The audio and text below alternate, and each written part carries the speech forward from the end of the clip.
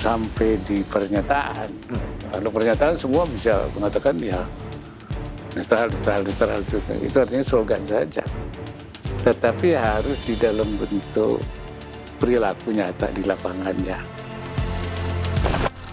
Netral di pemilu jangan hanya sekedar di pernyataan, tunjukkan di perbuatan. Begitu kata Wakil Presiden Ma'ruf Amin. Penting menjaga netralitas TNI Polri dan juga ASN di pemilu 2024. Salah satu yang menjadi sorotan adalah pertemuan 29 Desember 2023 antara Presiden Joko Widodo dengan perwakilan aparat desa yang tergabung dalam Perkumpulan Aparatur Pemerintahan Desa Seluruh Indonesia atau PAPDESI di Istana Negara. Sekretaris Jenderal DPP PAPDESI menyebut hanya membahas soal revisi Undang-Undang Desa. Sementara soal pemilu, Presiden memberikan arahan menjaga kondisi aman dan damai dalam pemilu 2024. Nah, hari ini kita ketemu Bapak Presiden kaitannya koordinasi terkait perkembangan revisi Undang-Undang Desa nomor 6 tahun 2014. Kita ingin menanyakan kepada beliau langsung bagaimana perkembangan terkait revisi undang-undang tersebut. Konteksnya sebagai desa, sebagai pemerintahan terkecil ya kita tentu berkomitmen untuk menciptakan pemilu damai, itu aja. Kepentingan kita hanya itu. Jadi kan wajar kan kalau kita koordinasi dengan Presiden juga. Masalah di lapangan ada gorengan-gorengan itu kan kita tidak tahu. Soal pertemuan antara aparat desa dengan Presiden Joko Widodo, calon Presiden nomor urut 01 Anies Baswedan mengingatkan soal pentingnya netralitas aparat desa di Pilpres 2024. Yang penting jaga netralitas. Dan saya rasa sekarang warga desanya pun tahu kok bahwa ini adalah haknya orang-orang dewasa yang tidak perlu diintervensi. Hal yang sama juga diungkap oleh Capres nomor urut 03 Ganjar Pranowo. Ganjar bilang kalau pertemuan membahas pengarahan politik tentu tidak fair. Yang penting pengarahan pemerintahan kami tidak masalah. Tapi kalau pengarahan politik, dukung-mendukung saya kira mulai tidak fair. Jadi kita juga mengingatkan pada siapapun begitu ya. Makanya saya belum tahu kemarin konten pembicaraannya apa begitu. Mudah-mudahan dalam konteks pemerintahan. Dan tidak ada yang menyalahgunakan kewenangan pada soal ini. Netralitas ASN TNI Polri hingga perangkat desa di pemilu 2024 menjadi sorotan. Jangan sampai menggunakan kewenangan untuk menunjukkan keberpihakan di pemilu 2024. Tim Liputan, Kompas TV. Saudara, viral video belasan anggota Satpol PP Kabupaten Garut yang mendukung salah satu paslon di pemilu 2024. Netralitas ASN TNI Polri pun hingga kini masih diuji dalam netralitasnya di pemilu 2024. Kita akan bahas bersama dengan Dewan Pembina Perludem, Titi Anggraini. Selamat sore Mbak Titi, apa kabar?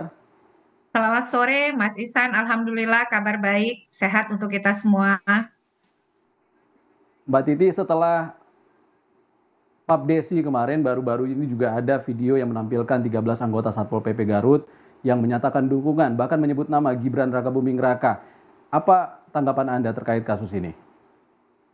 Ya, kalau dari sisi video yang sudah saya saksikan ya, terus terang video itu sangat mencurigakan dan bisa dikatakan nekat ya.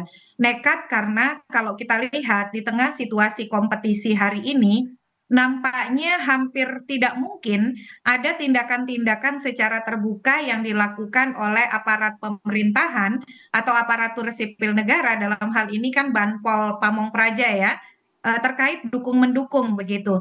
Oleh karena itu dengan tindakan yang sangat mencurigakan dan nekat tersebut, apalagi ini kalau kita lihat videonya dipersiapkan dengan matang, disertai bahan kampanye untuk mendukung pernyataan keberpihakannya tersebut, ini kan dikondisikan sedemikian rupa, bukan suatu spontanitas yang sifatnya serta-merta karena ada keberpihakan, tetapi direncanakan, dipersiapkan dengan matang dan juga diekspos begitu. Bagi saya sih meskipun disebutkan sudah ada sanksi yang diberikan dari atasan yaitu dibebas tugaskan selama 3 bulan tanpa tunjangan, tapi Bawaslu harus mendalami kasus ini karena ini merupakan pelanggaran terhadap Undang-Undang Pemilu.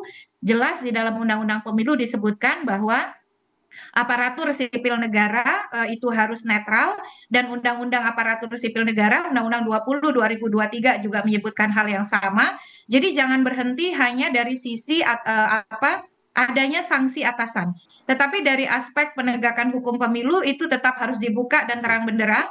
Apakah ini semata berhenti hanya pada mereka yang ada di dalam video tersebut, ataukah ini melibatkan pihak-pihak lain yang menjadi bagian dari agenda setting atau aktor intelektual dalam video pernyataan keberpihakan tersebut. Saya kira kalau ini memang misalnya disengaja dipersiapkan, sengaja dipublikasikan, dan kemudian alasannya adalah karena ketidaktahuan bahwa mereka sebagai bagian dari organisasi tidak boleh berpihak, saya kira ini menjadi evaluasi sangat mendasar bagi institusi pemerintahan daerah dan juga institusi pemerintahan untuk mengkaji ulang bagaimana cara mereka merespon dan menginternalisasi nilai-nilai netralitas dan ketidakberpihakan di dalam penyelenggaraan pemilu 2024. Sampai kecolongan seperti itu tuh artinya ini darurat ya di dalam kontrol institusi pemerintahan dan juga organisasi aparatur sipil negara kita, Mas Ihsan. Mbak Titi, Anda mengatakan mencurigakan. Kecurigaan apa yang Anda maksud tadi? Ya, pertama kita lihat saja nih ya videonya ya. Video ini dipersiapkan, dikondisikan, disertai dengan bahan-bahan pendukung begitu ya, atau alat peraga begitu berupa kertas yang menandakan peserta pemilu tertentu, dan kemudian dipublikasi begitu. Jadi saya kira kalau hanya berhenti hanya mereka yang ada di video, nampaknya terlalu menyederhanakan begitu. Nah, karena saya sebagai warga ingin tahu pendalaman dan juga pengkajian Bawaslu, apakah betul itu hanya inisiatif yang sifatnya sepihak dari orang-orang yang ada di video ini kan menggunakan seragam, lalu kemudian dikondisikan, direkam, dan kemudian tersebar begitu ya. Saya menduga kalau ini tidak hanya misalnya dibuat untuk kepentingan internal organisasi, tetapi memang punya niat-niat tertentu. Nah, niatnya itu apa? Bawaslu yang harus membongkarnya. Karena kalau kita lihat apakah mereka hanya sebagai aktor lapangan yang memang punya inisiatif dan kemudian mengeksekusi, ataukah ada aktor intelektual lain yang terlibat begitu ya. Termasuk bagi saya juga ini pemeriksaan bagi unit-unit pemerintahan di sana soal bagaimana mereka menerapkan dan mengawasi menegakkan netralitas pemerintahan, aparat pemerintah di dalam penyelenggaraan pemilu 2024. Kondisi kita hari ini dan melihat video itu, saya kira sangat tidak masuk di akal. Ada pihak-pihak yang menjadi bagian dari pemerintahan kok bisa berani berbuat seperti itu, apalagi sorotan soal netralitas aparat itu disuarakan sangat masif, ditekankan oleh bahkan pasangan calon ketika mereka pengundian nomor urut, soal kejujuran, keadilan kompetisi, tapi sampai ada kecolongan seperti itu, ini yang menurut saya harus dibongkar sampai ke akar-akarnya, Mas Ihsan. Menurut Anda perlu nggak sih pengusutan lebih lanjut, lebih dalam untuk mengetahui siapa aktor intelektual di belakang ini? Iya, itu harus dilakukan. Walaupun disebutkan atasan sudah memberikan sanksi sesuai dengan struktur kepegawaian, yaitu berdasarkan undang-undang tentang kepegawaian aparatur sipil negara dan juga pemerintahan daerah, tetapi ini adalah pelanggaran pemilu. Aspek pemilunya tidak boleh didiamkan. Bawaslu menurut saya harus menjadikan ini sebagai temuan berdasarkan informasi awal yang sudah beredar, video-video yang beredar, tanpa harus menunggu laporan. Bawaslu bisa menindaklanjuti sebagai temuan dengan mendasarkan pada informasi awal berupa beredarnya video-video dan nama-nama yang sangat jelas, figur-figur orang-orang yang sangat jelas di dalam video tersebut, dilakukan kajian, penyelidikan, dan kemudian menemukan misalnya sampai dengan tuntas siapa yang sebenarnya punya inisiatif, eksekusinya seperti apa, melibatkan siapa. Menurut saya itu yang harus dibuat terang benderang. Saya melihat ada kejanggalan dari video tersebut kalau itu dianggap hanya dukungan yang sifatnya didasari oleh kesadaran personal begitu ya, spontanitas.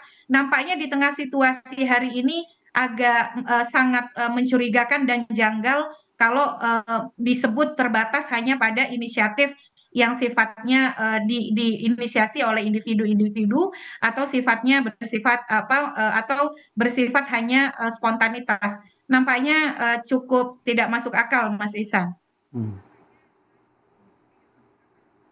Ya, tapi Mbak Titi, di tengah sorotan terkait netralitas ASN, TNI, Polri di pemilu 2024 ini juga terlalu obvious gitu. Kalau video itu direkam dan lalu tersebar, bahkan menyebutkan nama, jadi Satpol PP Garut juga terlalu ketahuan begitu mendukung salah satu paslon. Apakah ini suatu kejanggalan juga menurut Anda?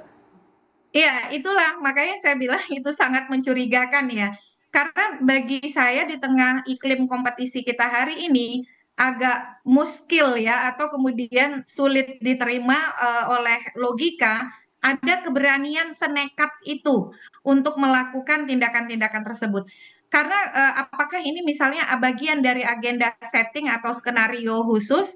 Karena kalau mereka saja berani terbuka, buka-bukaan seperti itu, jangan-jangan ada ruang-ruang gelap atau situasi yang tidak terpantau oleh publik yang situasinya lebih buruk. Kan sangat mungkin itu terjadi ya.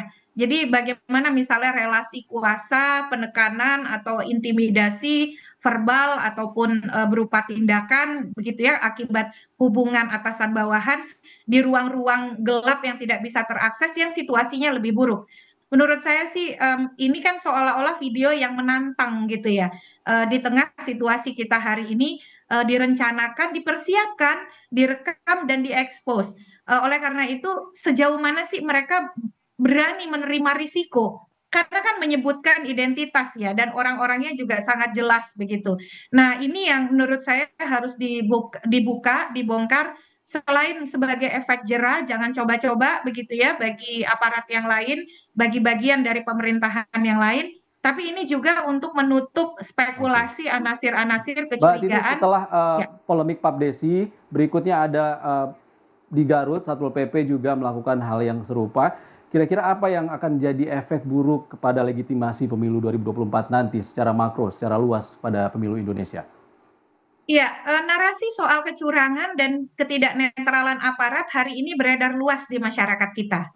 Jadi kalau kemudian narasi itu terus diamplifikasi, dikembangkan, dan kemudian ditangkap sebagai sebuah kebenaran oleh masyarakat kita, itu bisa berpengaruh terhadap kepercayaan mereka dan penerimaan mereka terhadap hasil pemilu 2024. Nah, oleh karena itu tindakan-tindakan seperti video ini, lalu pengerahan aparatur desa, lalu juga informasi-informasi yang beredar di ruang-ruang digital media sosial kita, itu harus disikapi cepat responsif oleh Bawaslu.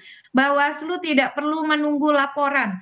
Mereka punya personel, mereka punya kewenangan, mereka punya anggaran, bertindaklah cepat, responsif, proporsional, dan profesional. Karena ini menyangkut kredibilitas pemilu. Kalau narasi curang ini terus dibicarakan dan kemudian dianggap tidak mendapatkan penyelesaian yang sepadan, maka dia akan berpengaruh juga terhadap legitimasi hasil pemilu. Pemerintahan yang terbentuk dari hasil pemilu akan selalu diwarnai oleh stigma dan juga stereotipe bahwa itu dihasilkan dari proses yang Mbak Titi. curang. Baik, tuntutan untuk netral terhadap ASN, Polri, dan juga pemerintah terus akan digaungkan sampai pemilu nanti selesai dan kita sama-sama mengawasi ini semua. Terima kasih anggota Dewan Penasihat Perludem Titi Anggraini sudah berbagi pandangan bersama kami di Rumah Pemilu. Terima kasih Mbak Titi. Iya.